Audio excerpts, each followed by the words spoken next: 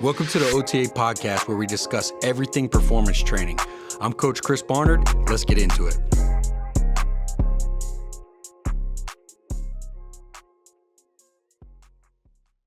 Hey, what's going on, guys? Welcome back to the OTA podcast. I'm your host, Coach Chris Barnard, founder of Overtime Athletes.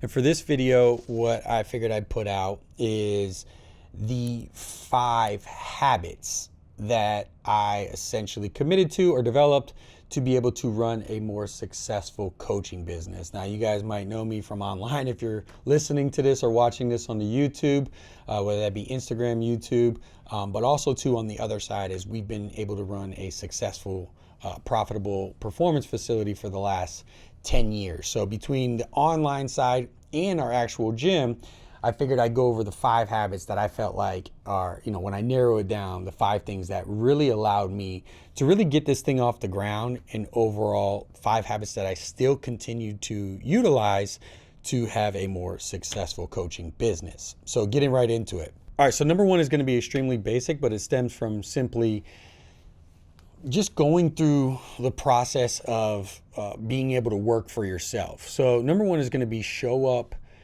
to work every single day, whether you feel like it or not. Now, I'm not saying 7 days a week. I mean, if you're starting off and you want to go 7, that's what I did. But at the end of the day, it's a matter of making a promise to yourself and doing and fulfilling that promise, whether you feel like it or not. Because I could tell you, when you're starting off, some days you're going to want to go hard on that thing that you're starting off, and some days you're not going to want to do it at all. Right? And it's easy because you are your own boss. It's easy for you to get sidetracked or do other things.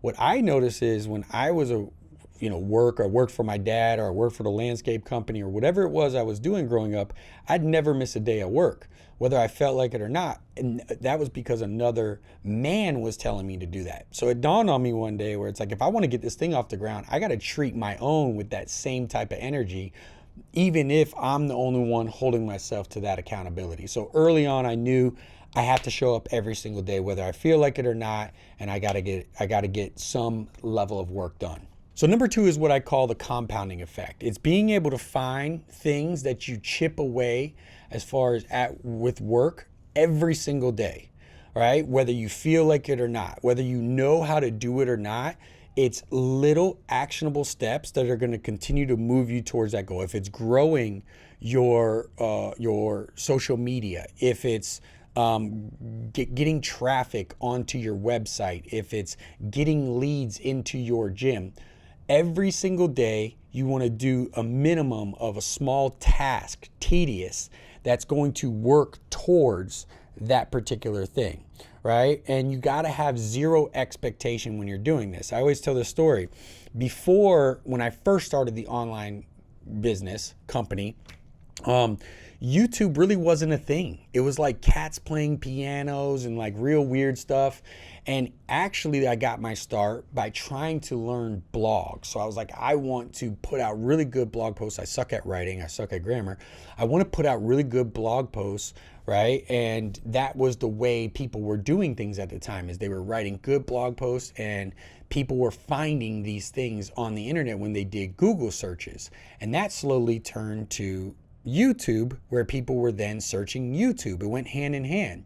So when I first started off, in fact, when I was still in college and I opened this up, I said to myself, I'm going to commit to writing a blog post every single day for the next 90 days, whether I feel like it or not, even if I suck at it.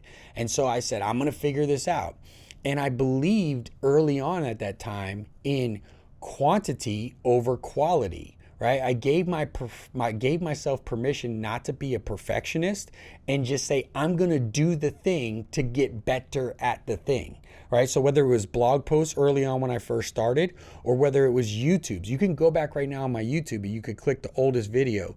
It's cringy, it's shitty, it's on a flip cam, I'm in the rain, and it's literally just me trying to figure it out. And I said from early on, quantity over quality, until you've done so much quantity that it becomes quality, right? A lot of coaches and a lot of people want to start off with that perfectionist mentality and have the best level of that thing. They need to have a high production video to get started. They need to have the right athletes to film, whether they're making an Instagram post, or they need to have a really nice buttoned up website with a logo before they start a blog post. You got to say fuck all that and you just got to go. My first website was absolute dog shit. I didn't know what I was doing. This was before you had WordPress and all these other CRMs.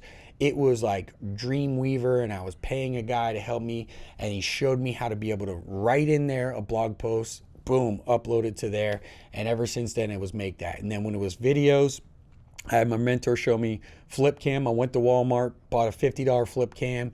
I literally would put it on a borrowed tripod and just film my workouts. And I said, I'm going to do this every single day. This is going to compound over time.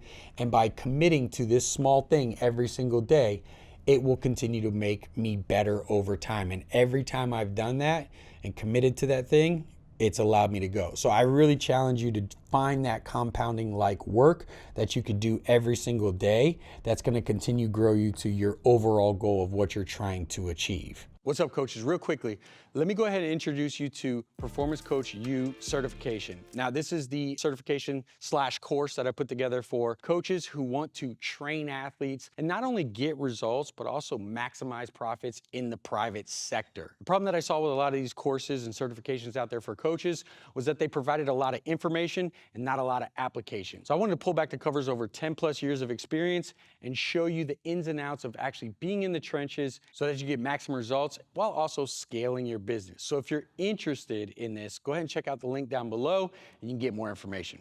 So number 3 is going to be all about organization and time management, and what we call is organize tomorrow today. So a little story: when I had Overtime Athletes, I walked into pretty rapidly over a course of 6 months 3 other companies, right? So I joined in with my mentor, and what we had Strength Camp Media. We had Strength Camp Gym. Well, Strength Camp Media was our online company. Strength Camp Gym, which we came together on. And then right quickly after that, we developed what we call Strength Camp International, where we're going to license out our gym business and systems. And during that time, here I am, young kind of guy, figuring things out still, and just very green when it came to business. And what I realized is really rapidly is I was burning the candle on both ends, and I was just punching, whatever I could, just putting out fires. I was very reactive in my workday, and I wasn't proactive, and time always got away from me. I felt like I was doing so much, but not getting anything done, right? So what I did was I took the time out that next year, the next 6 months, to really study time management. And one that really stuck out to me was the book called Organize Tomorrow Today. And the simple habit that I developed from that was simply taking a daily planner, right? And every single night, the minute I got home, I'd lay that planner out on my kitchen table. And as I walked by, or as my mind was turning, as I was doing things, what I would do is I would write out that laundry list of things I needed to get done the next day. After I had that, I would label those as far as priority goes. And then I would also label out the things that, for instance, if I was coaching and I needed to block off that time, if I had an appointment, I'd block off that time. So then what I did is hour by hour, all the way down to the 15 minutes, I would label that thing, and that would allow me to compound over time, day after day, to continue to chip away at that thing, chop wood, carry water every single day, and plan out my day. And all I had to do was execute, show up and start checking boxes. Did things, things happen in life, things happen, but during the day that I might have not seen coming, but at the end of the day, that always had me structured and keep me focused on the main goals that I was working for, and it allowed me to eliminate the entrepreneur ADD, where you're constantly trying to do new things. It allowed me to stay focused and vertical with my intention and my overall goal. So make sure that you're organizing in some form or fashion your day for tomorrow, somehow the day before. The next big habit, even when I was broke, was I realized I needed to continue to get better at my craft, right? So for me, I give a big shout out to some of the guys who showed me the online game. Is like the biggest thing that separated them from like other people starting companies is they weren't afraid to invest in their their skills, in their knowledge. And that was one of the biggest impressions I had, especially coming from somebody who, I'm not saying I was like poor on the streets or anything, but it didn't come from much, and it didn't make sense to me to like really invest in a lot of these courses and seminars and things like that. And seeing that from them, I always realized really quickly, if you pull one gem from those things and you could get an ROI from it, it makes sense, right? It's the same thing we play in business when we go spend, $100 for a certain amount of leads. And if we get 2 people to buy, it's that return of investment. So I really rapidly realized that I needed to continue to get better at my craft, get better at the thing. If you're going to chop wood every day, you got to sharpen your axe, right? And so for me, it was always, what I narrowed it down to was, once a month, I'm going to read a book, right? And it's going to be on a particular training subject. At the time, I was a coach coming up, so I wanted to continue to sharpen my game on coaching. Or it was going to be on like marketing, sales, any of these other skills that I was facing in the coaching business world. At the time, it was a lot of in-person. So I would literally sink my teeth into some of the sales things and tactics at the time. I was constantly reading maybe about speed or plyometrics. It's just I had to commit, and I would plan out every quarter the books that I would read, and I would commit to a minimum. What that turned into is me reading multiple books per month. But the biggest thing was like, I knew I needed to continue to do that. That transpired into time management books, personal development books, productivity books. And then the other thing was I said that I want to commit to one coach or seminar per quarter. And I did that early on, and it played a small role just to kind of, it was mostly seminars, some of these free ones. But I said every quarter, 4 times a year, I want to be able to get out and kind of learn from somebody who's doing it. I've still carried that same mentality and that same habit to today. And what I do now is I more pinpoint based off the constraints or problems that I have to be able to go solve those things. We're always in the coaching business. It doesn't matter any business you're in the problem solving business. So if you just break it down to the smallest thing, it's like, what problems do I need to solve today? And what problems do I need to continue to solve? And if you stack those, not only do you get better at solving problems, but you acquire the skills to be able to determine how to solve them even faster. So I'm the type now where it's like, if there's a big problem, I'm going to go pay somebody who's already gone through that problem to learn that much faster.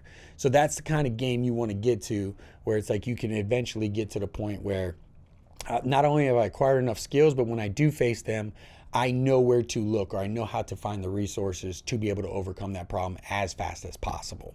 Number 5 is just going to be simply to track. Even when I was doing it at a very small level and I didn't understand what I was doing, I just always wanted to make sure that I knew what the numbers were. And this really stemmed over from what I was doing as a coach and what I was doing as an athlete. I realized early on, I needed to, as an athlete, my bench press is, 315 and my goal is 365. So I constantly took a composition book and always wrote down all my workouts every single day, all my weights. And I realized I can continue to see trends, right? And be able to look back and reflect back on the numbers. There's a book called, I believe it's Lean Startup or E-Myth. I'm not sure, but the whole concept is build, measure, learn. And everything that we want to do is we want to be able to kind of anchor the actions that we're taking on a day-to-day basis to an actual metric that we can measure or manage, right?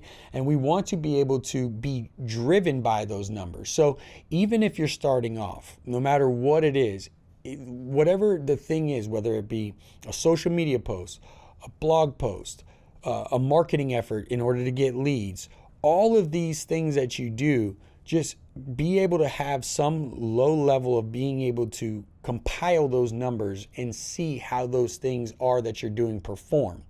And then the important thing is to go back every 30 to 90 days and audit and just simply create a space, right, of 15, 20 minutes to be able to look at those numbers and be able to look at what did well, what didn't do well. Because then what's going to happen is as you go into that next round of work of the compounding like effect, right, of just, doing your tedious work, it's going to drive you. You're not going to help but see, if I do an Instagram post like this, I saw that this gets me X amount of views versus these ones. Well, naturally, you're going to tend to do the ones that obviously have a little bit more traffic. That's how you continue to build quality in your work, is you audit, you reassess, and then you basically, right, allow that to be your compass to give you a little bit better direction in where you need to go from there. So there's the 5 habits. I think it's extremely important that you have. I followed those when I first started off, all the way up to it just looks a little bit different now. And these are the 5 core habits that I still have right now to be able to conduct our coaching business here. And that's allowed us to have a little bit of success in this game. So hope that helps. I'll talk to you guys next time.